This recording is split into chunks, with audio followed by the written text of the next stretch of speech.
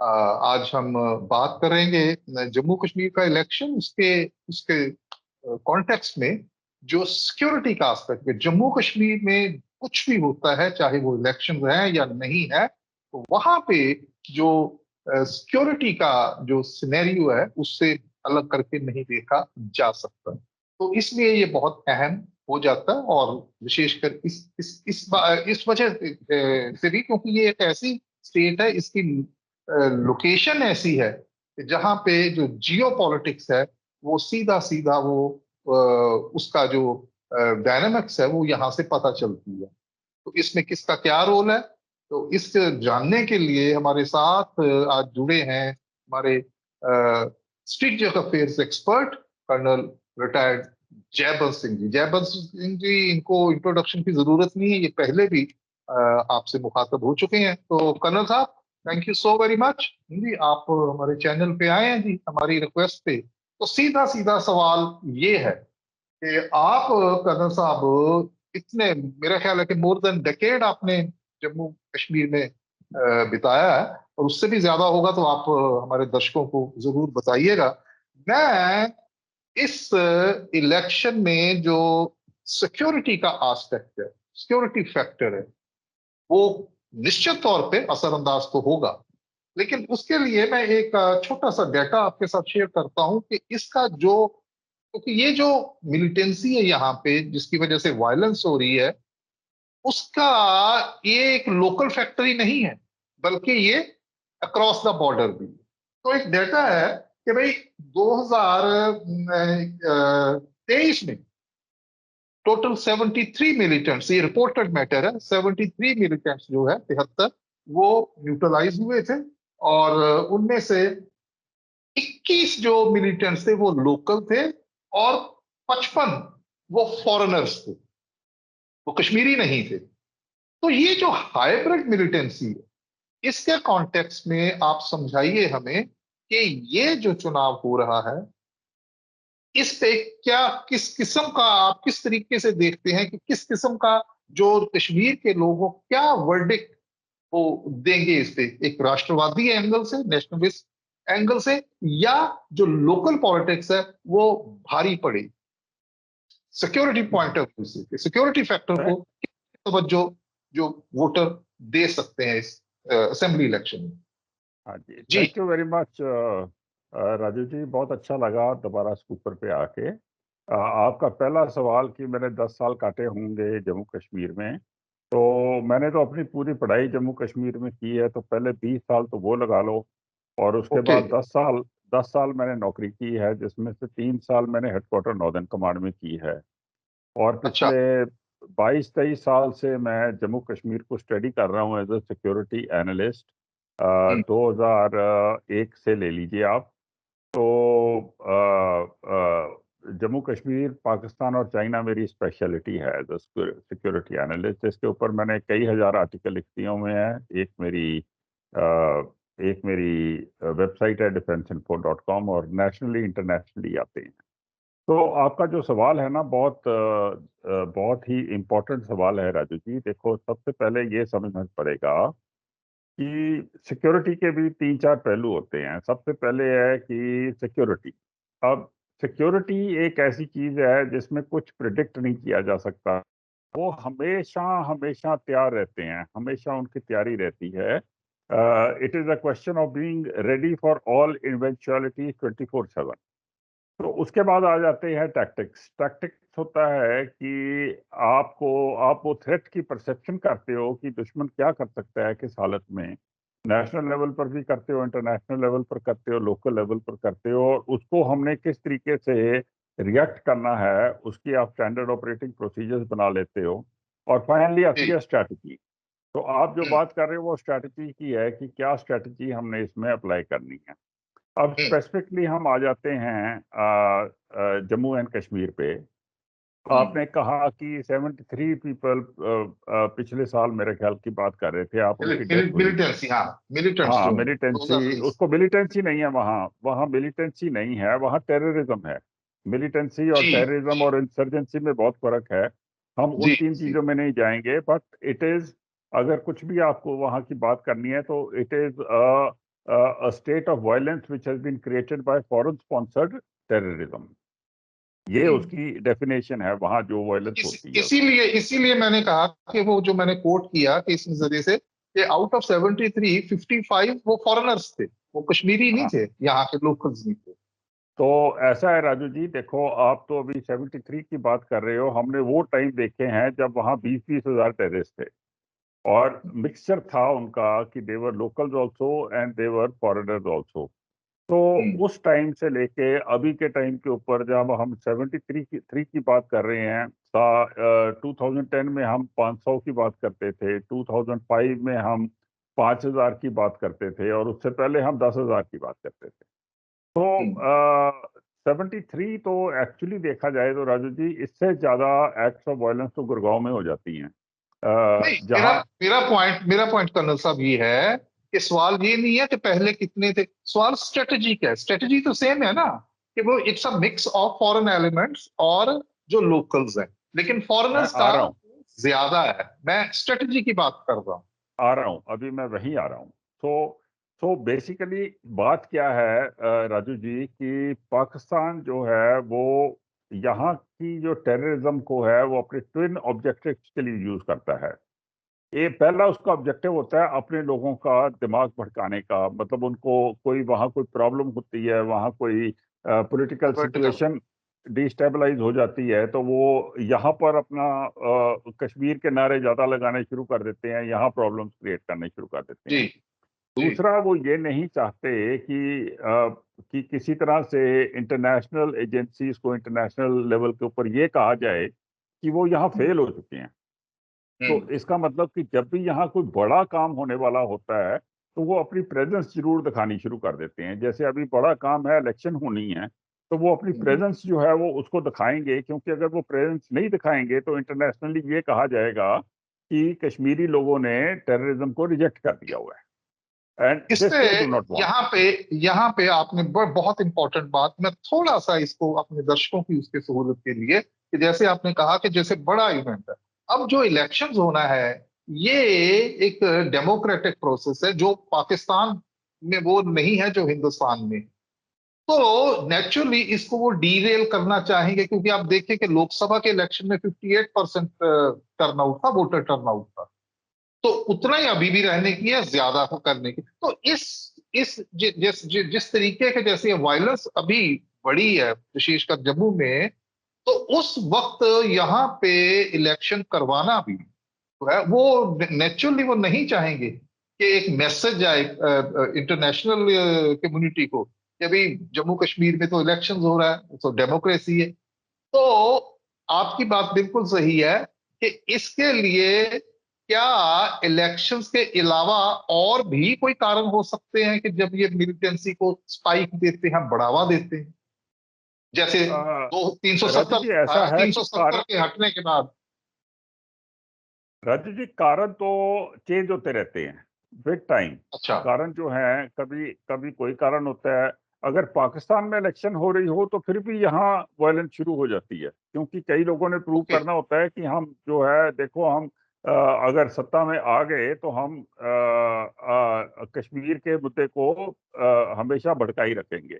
तो वहाँ इलेक्शन होता है, यहाँ हो जाती है। अगर उनको एड नहीं मिलता तो यहाँ हो जाती है। अगर चाइना उनको कुछ कहता है कि भाई कुछ क्रिएट करो प्रॉब्लम्स इंडिया में हमारे साथ, वो ठीक नहीं है, फिर हो जाती है। हमारे यहाँ इलेक्शन होती है तो फिर हो जाती है। तो okay. There are multiple reasons, हर मौके के ऊपर एक अलग रीजन होता है। तो अभी जो है हो सकता है कि पहले हमारी नेशनल इलेक्शन चल रही थी, उसमें वो दिखाना चाहते थे कि भी देखो Kashmir is not part of that national election, तो उन्होंने वायलेंस कर दी। अभी स्टेट की इलेक्शन होनी है, यूनियन टेरिटरी की इलेक्शन होनी है, तो अभी उन्होंने ये कर दिया।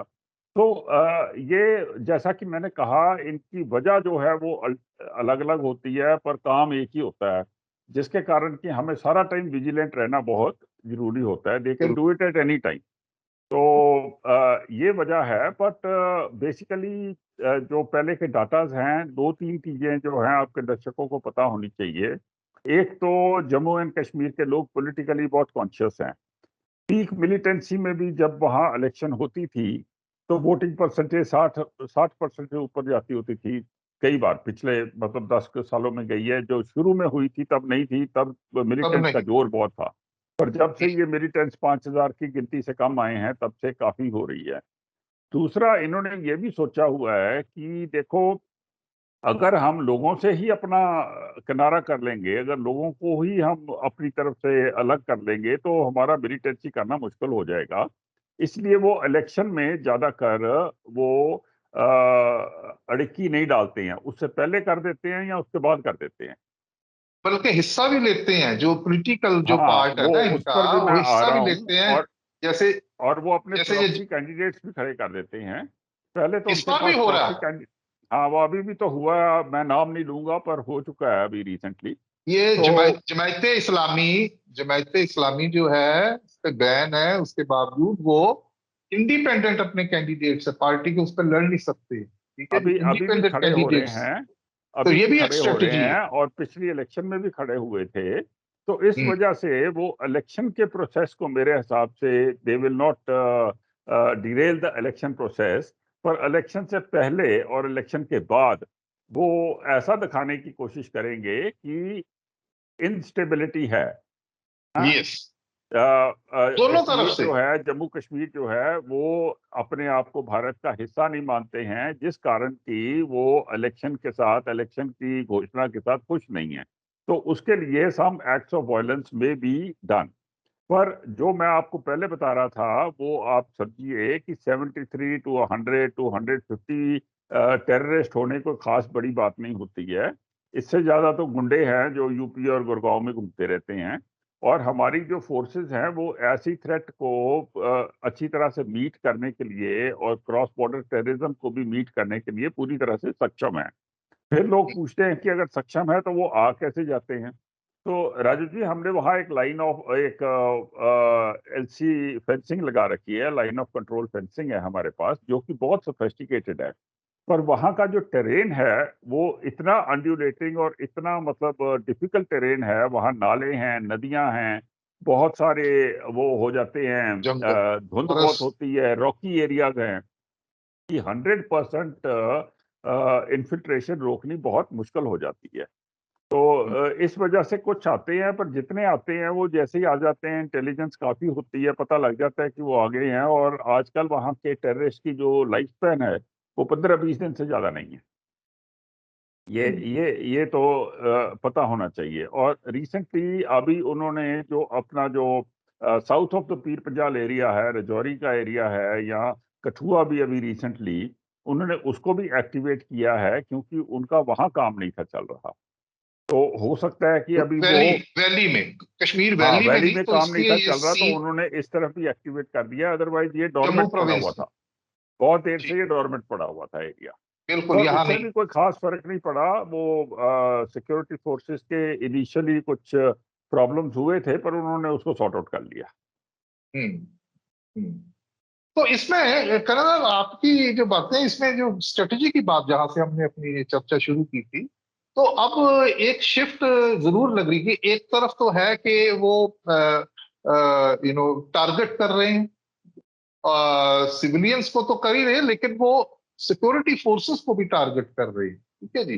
तो ये उसी स्ट्रेटजी का हिस्सा है जो अक्रॉस द बॉर्डर से ये स्पॉन्सर हो रही है। लेकिन इसका अब दूसरा पहलू ये है कि वो हार्डलाइनर कट्टरपंथी जो रेडिकल्स है, जो इनको एक जमीन प्रोवाइड करते हैं, इनको मिलिटेंट्स जो है लोकल, उनको इंडोक्ट्रिनेट करते हैं, वो अब इलेक्शंस में भी हिस्सा ले रही है, चाहे इनडायरेक्टली ले रहे हैं, ओपनली नहीं दे रहे। तो ये दोनों तरफ से हो रहा है, क्योंकि वो चाहते हैं कि अपनी हमारी एक्सेप्टेंस अवाम के अंदर भी हो, ठीक है जी। हम ये कह सके देखो जी, हमें तो जिताया है, लोगों ने जिताया है, हमें तो इतनी वोट्स मिली है, तो एक एक्सेप्टेबिलिटी भी वो ढूंढ रहे हैं। सो ये दो चीजें इकट्ठा हो रही हैं। आप अग्री करते हैं मेरी इस जी, ऑब्जर्वेशन से? ये ये दो चीजें ना राजू जी शुरू से ही इकट्ठी चलती आ रही हैं। हम्म। पहली बात तो आप ये समझो कि जो इसकी स्ट्रैटेजी है, जो जो टेररिज्म की स्ट्रैटेजी है, नहीं, वेदर बायकॉट वो, से पहले बायकॉट होता था कन्नड़ साहब, अभी बायकॉट कर दो जी। लेकिन अब वो इसके अंदर घुस रहे हैं, ये मेरा कहने जी का जी, तात्पर्य है। वो आपकी बात बिल्कुल सही है। देखो, जो टेररिज्म की स्ट्रैटेजी है कि जम्मू कश्मीर में टेररिज्म फैलाने की स्ट्रैटेजी, ये डायरेक्टली पाकिस्तान से बनती है। इसमें कोई जी इंडिजिनस बंदा इन्वॉल्व नहीं है। जी पाकिस्तान में जी जो मिलिटेंट वॉरलॉर्ड्स बैठे हुए हैं और उनके ऊपर बैठी है आईएसआई। आईएसआई हम्म, डायरेक्शन देती है, वॉरलॉर्ड जो है वो टैक्टिक्स बनाते हैं। तो बेसिकली स्ट्रैटेजी की वहां करना क्या है, वो आईएसआई बनाती है। तो उसको उसको ग्राउंड के ऊपर किस तरीके से अप्लाई करना है, वो वहाँ की मिलिटेंट ऑर्गेनाइजेशंस करती हैं। हिजबुल मुजाहिदीन अल्टीमेटली वो अपना एक प्लान बना के हिजबुल मुजाहिदीन को देती है और उसके थ्रू सब जो है वो अंदर आते हैं। तो ये इनका तरीका है। और हमारी जो नहीं, स्ट्रैटेजी है, इसमें इसमें तो करण साहब ये ओपनली जम्मू कश्मीर के अभी पूर्व डीजीपी हैं, एक उन्होंने ये बताया भी था, मीडिया को भी बताया था कि स्पेशली नाम लिया था कि जो फॉर्मर एसएसजी कमांडोज है पाकिस्तान की, जो हाईली ट्रेन्ड है, उनकी इन्फिल्ट्रेशन हो रही है, उनको यूज किया जा रहा है टारगेट करने के लिए सिक्योरिटी फोर्सेस को। तो नॉट ओनली अगर वारलॉर्ड्स और दूसरे ये भी हैं, मतलब they are part of the establishment ना, ट्रेन्ड है, एसएसजी कमांडोज है वो। ऐसा है, इसके बारे में मेरे पास तो कोई ठोस नॉलेज नहीं नहीं, है। ये अगर तो रिपोर्टेड मैटर है, नहीं नहीं रिपोर्टेड नहीं, मैटर। रिपोर्टेड है। डीजीपी साहब अगर बोल रहे हैं तो उनके पास कोई इंटेलिजेंस होगी। पर बिल्कुल बिल्कुल। अपने ऑफिसर्स को अंदर भेजना या अपने ट्रेंड मिलिट्री पर्सनल को अंदर भेजना, former former former SSG farmer हो कमांडो कि जैसे बोलो। मर्जी हो, ये ये एक बहुत बड़ी बात होती है राजू जी।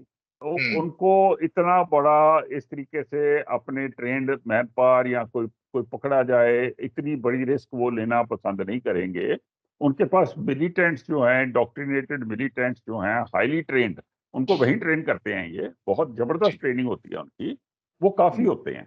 तो हम्म, वेदर वो एसएसजी कमांडो आ जाए कि दूसरा आ जाए, मेरे हिसाब से उनकी ट्रेनिंग और उनके पास जो वेयरविदॉल है, सब कुछ है, वो सेम ही होता है। तो उससे जी इंडिविजुअल से फर्क नहीं पड़ता, वो इंडिविजुअल करता क्या जी है बेसिकली, उसी से ज्यादा फर्क पड़ता है।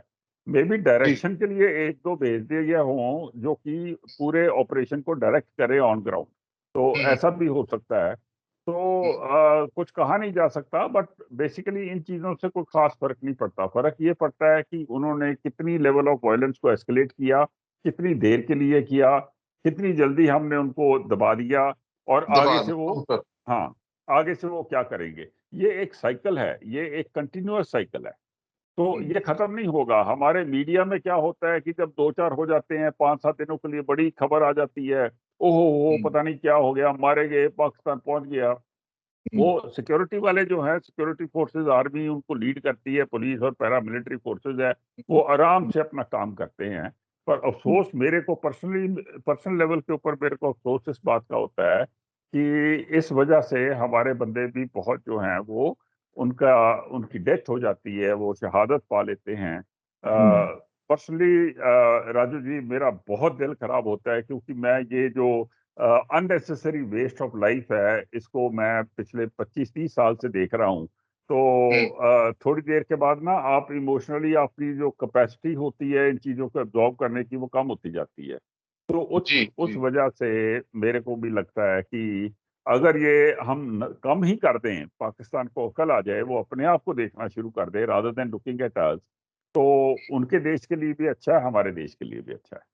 तो एक समय की सीमा है, तो एक आखिरी सवाल जो है वो ये है, जहां से हमने इस चर्चा को शुरू किया था, कि इसका एक पॉलिटिकल एस्पेक्ट भी है कि इसको कैसे, एक तो ये है कि वो मिलिटेंट्स हैं, वो स्ट्रेटजी है, उसको सिक्योरिटी फोर्सेस के द्वारा रिपेल किया जाए, एक तो ये स्ट्रेटजी है। दूसरा है कि ये जो अवाम के जो है उसको, उसके मन को जीतना भी, तो वो ये है कि उसका एक वो एक पॉलिटिकल आंसर है। जैसे हम वहां पे इलेक्शंस करवा रहे हैं, ये भी एक चुनौती है, और ये बड़ी बात है कि वहां पे इलेक्शन हो रहा है, और इससे पहले 2 महीने पहले भी जो लोकसभा का 3 महीने पहले हुआ है, वो भी बताता है कि जो कश्मीर है it's very much part of India.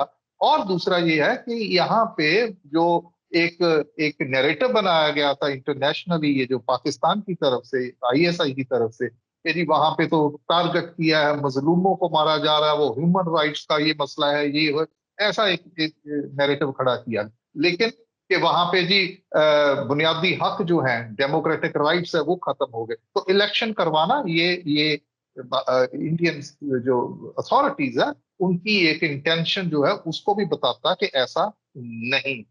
तो एक सवाल जो लास्ट में आपको मैं पूछना चाह रहा हूं कि ये सब कुछ, क्योंकि आप वहां पे रहे हैं, वहां पे ये जो सिक्योरिटी का सिनेरियो अभी भी हो रही है, अभी कल कश्मीर में भी हुआ है, कुपवाड़ा में भी हुआ है, ठीक है जी। उससे पहले थोड़े दिन पहले उन्होंने बसंतगढ़ जो है तहसील है, वहां पे एक सीआरपीएफ की पोस्ट पे किया और एक सब इंस्पेक्टर जो है, इंस्पेक्टर है, उसको शहीद कर दिया।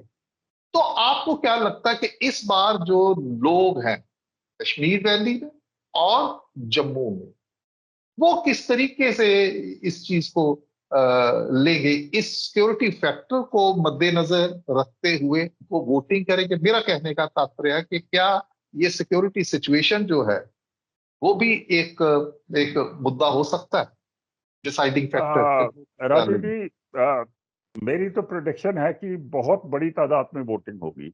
ऐसी बातें यस, इंसान को आई कहनी एग्री। नहीं चाहिए, पर चलो मैंने आपके चैनल में एग्री, कह दी है। नहीं नहीं, एग्री। क्योंकि फिर वो पाकिस्तान वाले सुन लेते हैं, वो कहते हैं अच्छा वोटिंग बहुत तादाद में होगी, ये समझते हैं, हम उसको भी डाउन कर देते हैं। बट चलो, अब हाँ, मैंने कह दिया तो कह दिया कि वोटिंग जो है वो पहले भी बहुत बड़ी तादाद में होती थी, इस बार उससे भी ज्यादा अठावन बड़े तादाद अठावन में होगी। 58% अभी कुछ महीने लोकसभा में हुई है, तब भी तो हाँ, थे तो ना उससे जम्मू, ज्यादा होगी, जम्मू उससे ज्यादा प्रोविंस में होगी। मिलिटेंसी वो तब, हाँ, हाँ, बढ़ गई थी वो घटनाएं। वो हो गई एक बात। दूसरी बात है ऑपरेशनल स्ट्रैटेजी। देखो, ऑपरेशनल स्ट्रैटेजी जो पहले हुआ करती थी 2014 2014 से पहले थी, वो थी कि बात को बढ़ाने की कोशिश मत करो, लाइन ऑफ कंट्रोल को क्रॉस मत करो, न्यूक्लियर थ्रेशोल्ड स्टेट्स हैं तो कहीं ऐसा ना हो न्यूक्लियर ट्रिगर हो जाए। वो स्ट्रैटेजी हम्म, अभी बदल गई है। पाकिस्तान को तब पता काउंटर है, ऑफेंसिव। हाँ, पाकिस्तान को पता है कि अगर हमने कोई कुछ बड़ा किया तो वहां से उससे भी बड़ा हो जाएगा। तो जी, दो किस्म जी, की है, एक तो हम घुस के भी मारते हैं, और दूसरा जो यहाँ आए हुए हैं उनको बहुत बहुत ही ऑपरेशन ऑल आउट के तहत बहुत ही सर्जिकल तरीके से उनको हम डील करते हैं। तो जी, देयरफॉर अगर पाकिस्तान ने कुछ करना भी है तो वो उसको ग्रेजुएटेड करेगा, उसको थोड़ा स्ट्रक्चर्ड करेगा कि जो थ्रेशोल्ड ऑफ वायलेंस है वो एक लेवल से ऊपर ना जाए, वहां पर जाके रुक जाए, जो कि मतलब वहां तक ना पहुंचे कि एक बहुत बड़ी रिएक्शन के लिए हिंदुस्तान मजबूर हो जाए। तो those are also aspects that have to be considered and seen. बाकी रह गई बात कि देखो, वहाँ के लोग बड़े समझदार हैं। मुझे लगता है कि उनको ये समझना चाहिए कि जो नया भारत है इसमें वही उनके लिए काम कर सकता है जो कि कॉन्स्टिट्यूशन के बीच में और कॉन्स्टिट्यूशन के साथ चले। और वहाँ हम्म, बहुत डेवलपमेंट का पेस बढ़ा हुआ है, गवर्नर्स रूल में बहुत डेवलपमेंट का पेस बढ़ा है। अगर हाँ, वो सही तरीके की गवर्नमेंट टूरिज्म, को नहीं लेके आएंगे, हाँ, अगर वो सही तरीके की गवर्नमेंट को नहीं लेके आएंगे, तो इस डेवलपमेंट के पेस में बहुत बड़ी अड़चनें आ सकती हैं। वो अड़चनें सेंटर नहीं डालेगा, वो अड़चनें जो हैं वो वही लोग डालेंगे जिनको बाहर से आदेश आएंगे कि भाई अड़चनें डालो, हैं। या जिनको तो ये इस सूट नहीं करता ना, या जिनको ये सूट नहीं करता कि वहां पे जिनको सूट नहीं नॉर्मल करता है वो वापस आ अड़चनें रहे डालेंगे, इलेक्शन, जिससे इलेक्शन के जिससे कि जो तरीकाकार। डेवलपमेंट का जो पेस है वो बहुत उसको नेगेटिवली इम्पैक्ट हो जाएगा। तो इसके हाँ, बारे में मेरा ख्याल लोगों को कुछ सोचना चाहिए। चलिए, thank you so very much colonel Jaywant Singh ji. अब थोड़े से समय में बातें, हालांकि ये विषय इतना मतलब कॉम्प्लिकेटेड है तो एक चर्चा काफी नहीं है। तो आने वाले दिनों में देखते हैं कि ये जो इलेक्शन है वो किस क्या करवट लेते हैं। अल्टीमेटली चाहते हैं हम कि ये सक्सेसफुली हो और वहां पे एक गवर्नमेंट जो है elected by the people of Jammu and Kashmir वो बने वहां। तो इन्हीं शब्दों के साथ thank you so very much once again colonel Jaywant Singh. Thank you. Thank you जी, बहुत धन्यवाद, थैंक अच्छा लगा आपसे बात